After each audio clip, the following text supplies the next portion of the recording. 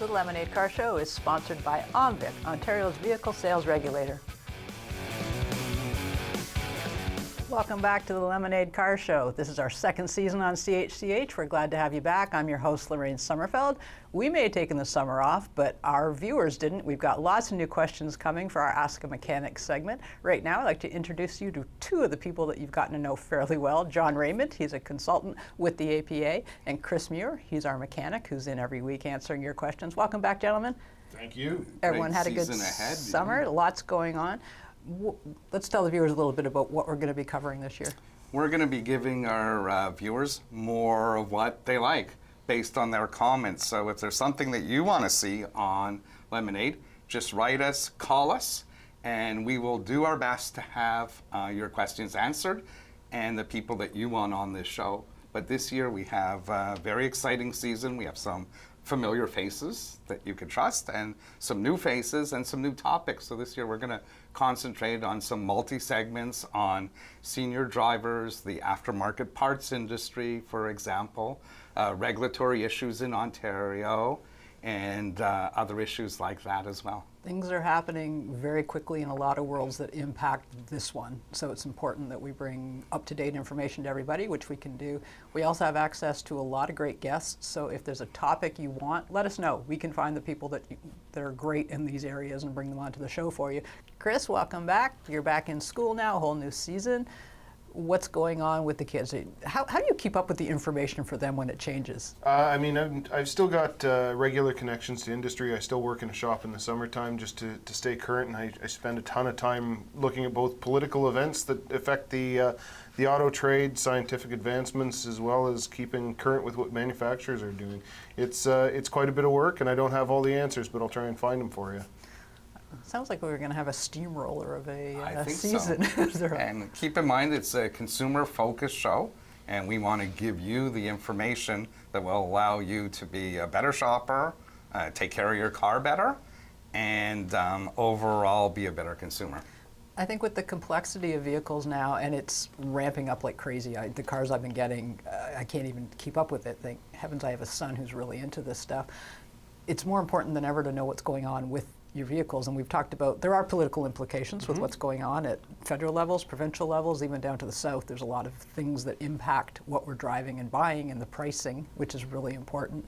But there's also understanding the cars we're buying, how to repair them. It's changing at light speed. So even if you've got people who were on top of this 5 or 10 years ago, there's so much changing, and we're going to keep up, and we're going to keep you informed of what's going on, and that's our role here. The APA, the Automobile Protection Association, which produces this show, has been phenomenal help. All summer we've been fielding calls and helping people with their purchases and doing the stuff that you do best. I say we. I bundle myself in there. That's not true. And it's Chris as well. How many phone calls do you get from me in quite any a few. given week? Yeah. That's what you may send emails to me. I funnel them over to these guys. we take a vote on where to send somebody or how to do it. You're right, Lorraine. The industry is changing rapidly, and some of the norms that we thought before was fact is not fact anymore. What I'm finding is, yes, exactly that, but people were staking their reputations on something that this is going to be this, and these are reputable people who know, and it's flipping. Like, it is just changing. The advancement of the automobile and how we deal with it is no longer rock solid. It doesn't have a clear path any longer, and what we're seeing is the evolution of both the industry itself and the product that it produces. And the offshoots from that come into the legal areas, they come into the insurance arena, they come into all these other places that consumers have to deal with. So it starts with the car, but then it branches out into everything else on top of that. Yes, safety, the safety stuff. Yeah. Absolutely. Night and day, how much of it is improving safety, how much do we not know about, right? And the other thing to look at is autonomous vehicles, and considering some of their safety implications and some of the moral choices that we're leaving up to a computer now. I mean, it's completely changed what we think is standard for safety. The market's changing so quickly, it's pretty hard to understand where it's going. I'm finding it really difficult sometimes to answer questions from readers and viewers because I can't even find, I'm calling psychologists now as frequently as I'm calling industry consultants, and the overlap is insane. Like, it's just becoming, like, I these are the people I have on my phone that I'm talking to at various institutions. It's how we think as well as how we drive. And I know the big automakers are using psychologists. Like, it's bigger than us, and it's bigger than a car, and I think that's going to bring a whole new slant to the season. There's many new areas that we're going to have to consider as we move forward, and as Chris said, a lot of them, they have ethical implications as well as safety implications, and sometimes they're divergent. It's true. And this year we start with a new sponsor. So we have a new sponsor in Hotspot Auto Parts. They have a number of locations in South Central Ontario. We're happy to have them aboard, and it will be a terrific season with them. Welcome, new sponsors. We'll be back after this break.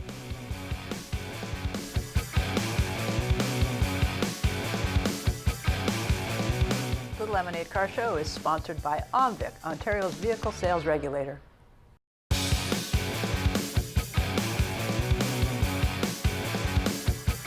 The Lemonade Car Show is sponsored by OMVIC, Ontario's vehicle sales regulator.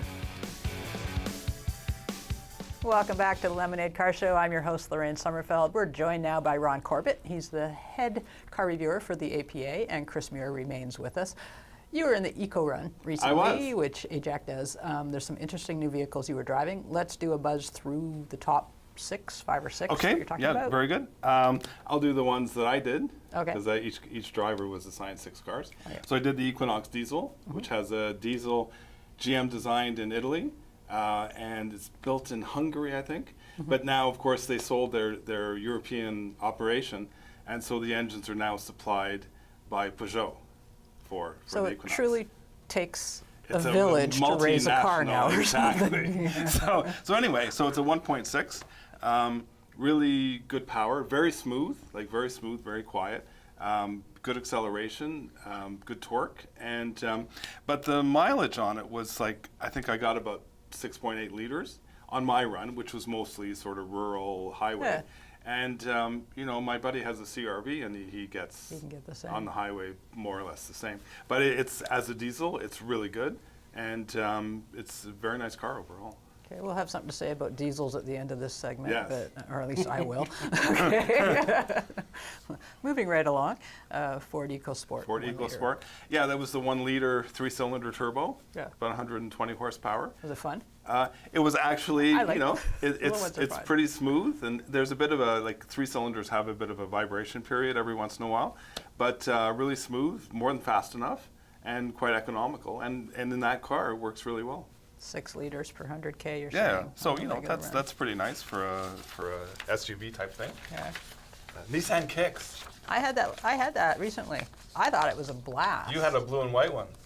Yeah. Yes. I'm sure it drove the same as the red ones or something. I had but a gray and metallic orange one. I would get it with the white top on them because everyone thinks it's a mini sort of. So if you're gonna Yeah. rob a bank and that's your getaway car, someone's gonna report that you had a mini. It's some chap in a mini. But the Nissan Kicks, they're cute. They're fun. It starts really cheap. It's Well, like 18 grand with auto and AC. Yeah, I mean, like- 18 grand's a lot of money still. I mean, the fit and finish is not spectacular.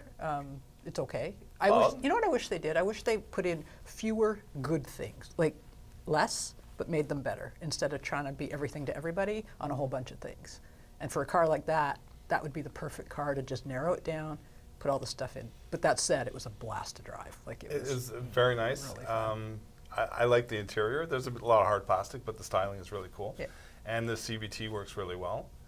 But it's marketed as an SUV or a crossover, but it's only front wheel drive. It looks like a really tall wagon. Yeah, It's just a huge run trunk, around. like massive. Yeah, we So- took it to the cottage. And it was pretty economical, really economical on the Eco Run. But I had one locally, and it did about 9 liters per 100 kilometers, which is Where do you live? well. We're getting I did a couple of downtown commutes and, that'll and do a it, lot of yeah. heavy traffic and stuff. Yeah. So Yeah, okay. yeah, so that the 9 liters wasn't that impressive. Okay, let's go to Chris's favorite, a plug-in. Oh, plug-in. Well, actually, they had the Ford Fusion Energy, which I think it has about 50K or 40K of range if you plug it in. And I drove it just when it was fully charged, and we had about, I don't know, 50 or 60K to do. And the final distillation was it did 2.4 liters per 100 kilometers on that stretch, which was like awesome, right? And the car is really, it's like very quiet and very smooth, and the car itself is amazing, right? The interior is beautiful, the driving is really It's nice. a nice car. No, it is. But Yeah. they have a problem with both. They have the old C-Max, the Energy, and then this one as well. The battery pack is like, it's mammoth. Yeah. And really, you've got like, you could put an overnight bag in the trunk, Yeah, and that's there's it, no right? trunk. So- The strange question about the Fusion Energy is, I kind of question why they're putting energy, not pardon the pun, into this car, seeing how that they're phasing out this Well, car well, next Well, production year. but the Energy's been around since the car was launched, so Yeah. you know it is as it is, right? But This is part of the overlap between politics and the way things are going in the industry. Like, this is part of it. Ford has announced they're not going to produce cars anymore. Yeah. Everything's going to be a CUV or an SUV, so that's a good point. Optima, let's move over to... Optima Right. was the same deal as the Energy. It's a plug-in, has about 50K of range, and it drove really nicely, more or less. It's not as nice to drive as far as steering and brakes and handling and stuff as the Ford, or it's not as luxurious inside. But the packaging is totally awesome. Like, you wouldn't know that it was anything other than just a conventional car, because the trunk was huge and it was really totally transparent. I remember when they launched the Kia Optima, it was beautiful when I drove it. It was just a great car, so I hope they pull that back. We only got about 30 seconds. Okay, Jetta. so the Jetta, totally conventional, like no tricks, no hybrid, nothing. It's phenomenal economy, 4.7, and a really nice car to drive. Just totally solid, smooth, punchy, luxurious. So we can reward all the VW fans who have stuck it Oh, out. absolutely, and probably, it's not using any more fuel than when they had the diesel. So. Yeah, that 4.7 you said? That's, I don't know how you were driving, but... Well, it was about 110K, mostly highway. Yeah. So, it's like, it's astonishing. That right there is the proliferation of technology coming into cars. You've got small displacement, direct injection, turbocharging, getting you that phenomenal mileage. Now go back to the very first vehicle that we looked at. It's a diesel and getting the same mileage as a conventional So what's that gas tell you? engine. Yeah. So this was like a 1.4, which is a smallish engine, but a turbo, and a conventional 8-speed automatic. And see, what Just you know what that awesome. shows us? We can do this. The manufacturers can do this. So we should keep doing this. We should keep producing cars that can get this kind of gas mileage, because we're able to do it. We can do it. The nice thing about efficiency is it makes them more powerful too. Yeah, That's true. good. Okay. We'll be back after this short break.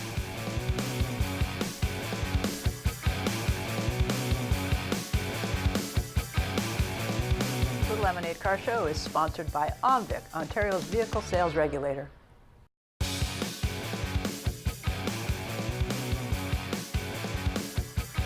The Lemonade Car Show is sponsored by OMVIC, Ontario's vehicle sales regulator.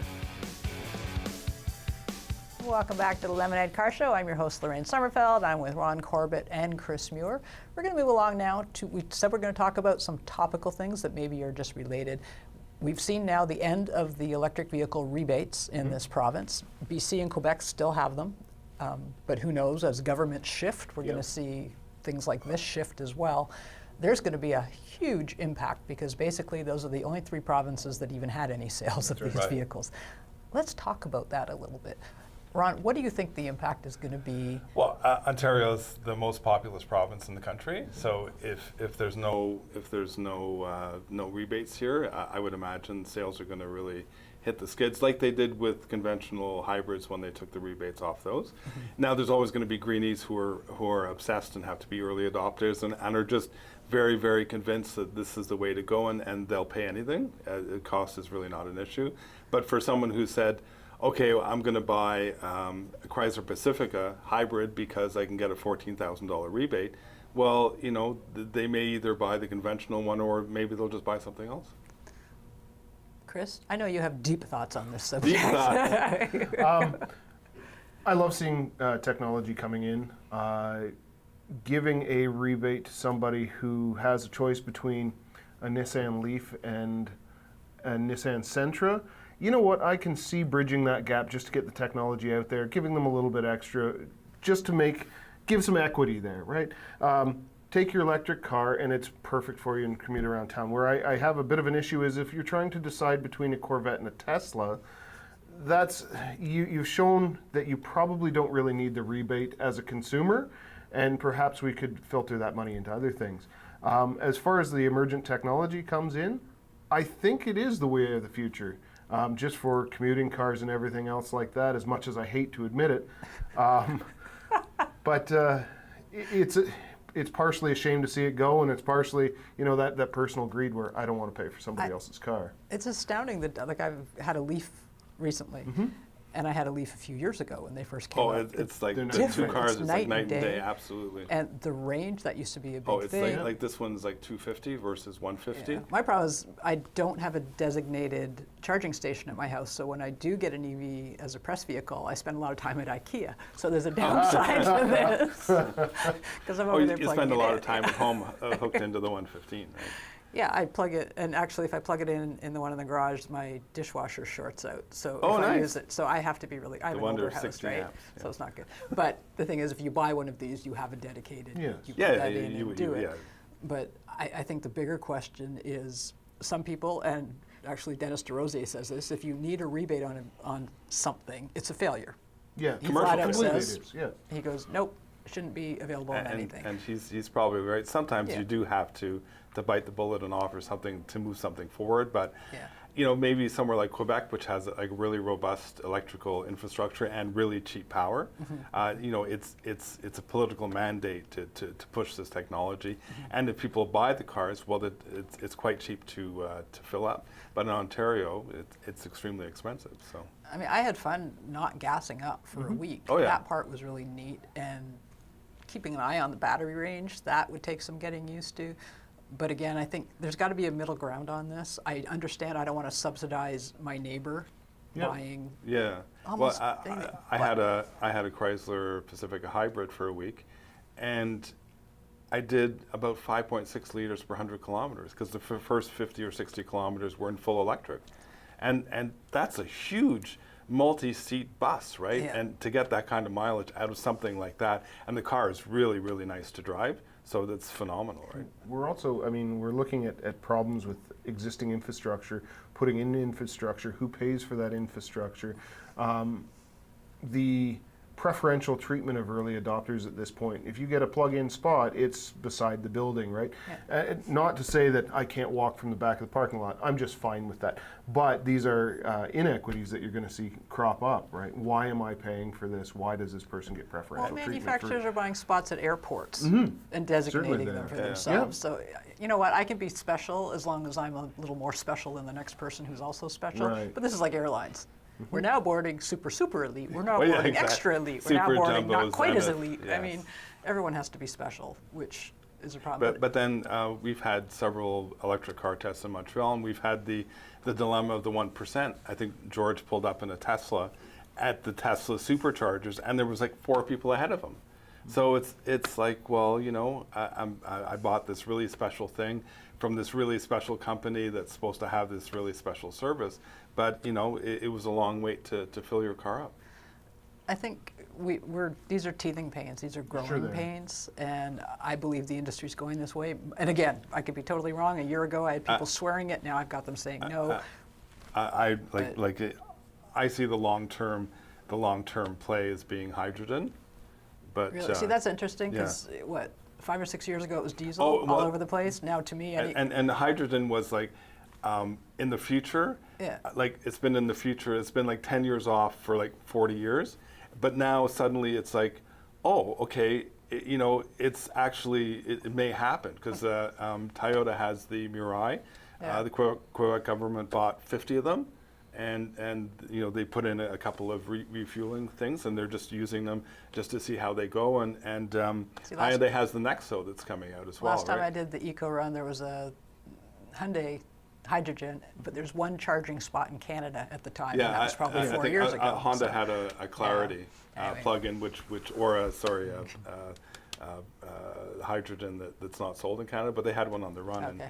We'll be back after this break. Our lemonade show coming up.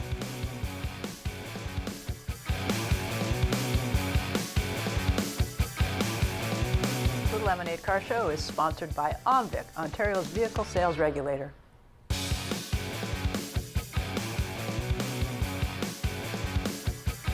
The Lemonade Car Show is sponsored by OMVIC, Ontario's vehicle sales regulator. Welcome back to the Lemonade Car Show, brought to you by Omvic, Crown Sound Insurance, and Hotspot.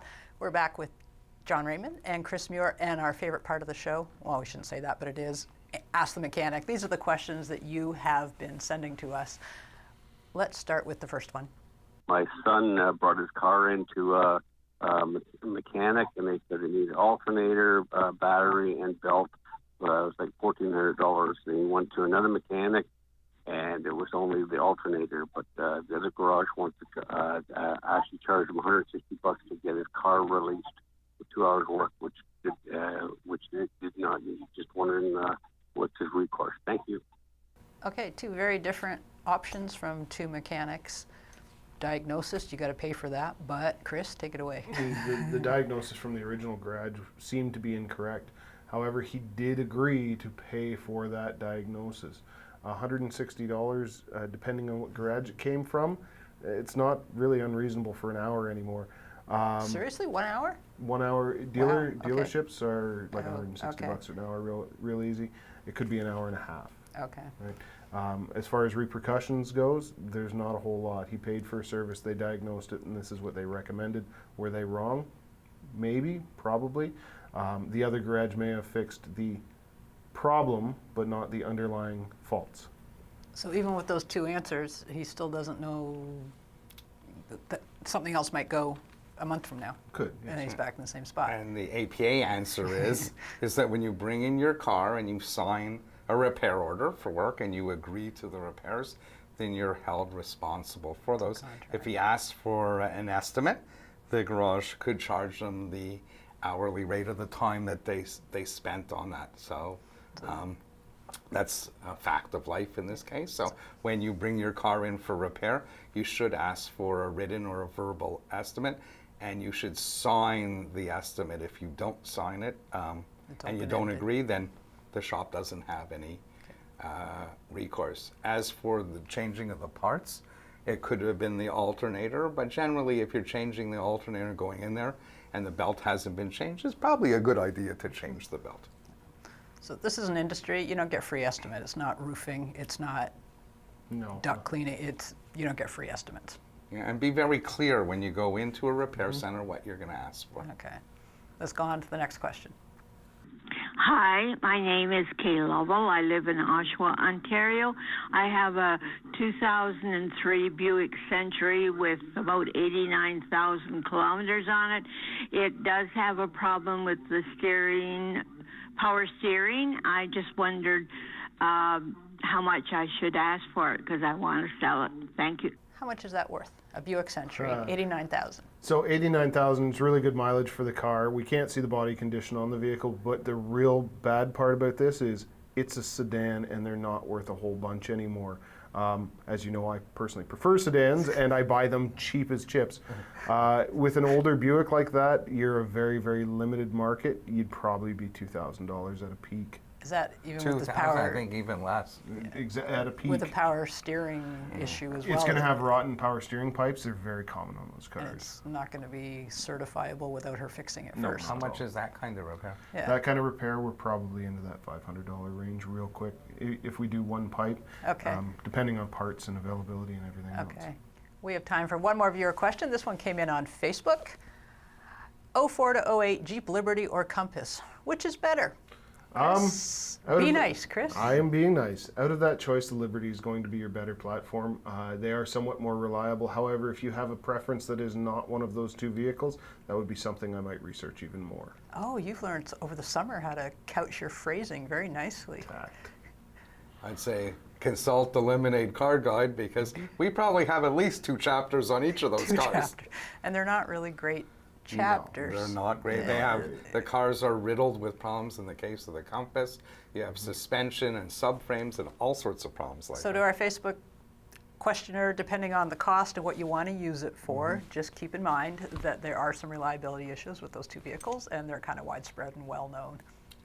Correct. That's all the time we have for the Lemonade Car Show today. I'd like to thank our sponsors, Omvic, Crown Sound Insurance, and Hotspot. And thanks to my guest today. It's great to be back in this seat and bringing you the show this season. We look forward to a great season. Please call us and contact us with all your questions in the auto industry and the cars you drive and the ones you're thinking about buying. Thanks, everybody.